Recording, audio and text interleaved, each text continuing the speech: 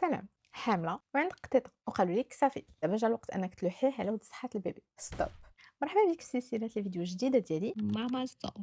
اول حاجة خلي عليك القطيطة في التقار وسمعيني. المشكل هو التوكسوبلازموز، هو واحد الطفيلي اللي كيدوز عن طريق البراز ديال القطط، وكاين جوج حالات: يا اما عندك المناعه ضد هاد الطفيلي حيت فايت تصادفتي معاه في حياتك قبل، الطبيب كيدير لك تحليله باش تعرف، وفي هاد الحاله ما عندك مناش تخافي، تقدري تحبسي الفيديو هنا. ولكن اللي ما عندهاش المناعه حتى هي ما عندهاش مناش تخاف الا دارت بعض الاحتياطات. اولا تفهموا ان ماشي كاع القطط مصابين بهاد الطفيلي، الا كانوا بحال ميمي وليلي ديالي تزادوا وكبروا في الدار كيعرفوا غير الكروكيت او المكاطيبه والنعاس، راه الاحتمال ان يكون فيهم هاد الطفيلي شبه منعدم. اما الا كان القط ديالك عنده احتكاك مع الزنقه كتخليه يخرج ويدخل، ممكن وماشي بالضروره يكون حامل لهاد الطفيلي، واخا هكا كاين حل الا تبعتي هاد التدابير. الرمله ديال القط ديالك ما بقاتش من المهمه ديالك، هذه هي الفرصه باش يبقى ينقيها غير راجلك. خاص تنقى كل نهار، ما تخليهاش حتى توسخ بزاف باش ما تعطيش وقت البويضات الطفيلي اللي في البراز تولي مؤذيه. ولكن الا كان ضروري انك انت اللي تنقيها ما فيها باس، لبسي لي غون وغسلي يديك مزيان من بعد. ومن الاحسن لقيتي تجلس في الدار، ما كاين لا دخول لا خروج باش ما يجيبش معاه شي عدوى. كخلاصه، اي واحد ربى شي حيوان اليف كيعرف شحال ديال الايموشنال سبورت كيوفر الملاح، وانك تطلب بكل بساطه انه يتخلى عليه واخا ما كاينش خطر حقيقي ماشي احسن اختيار تخلي المراه حامله ديرو.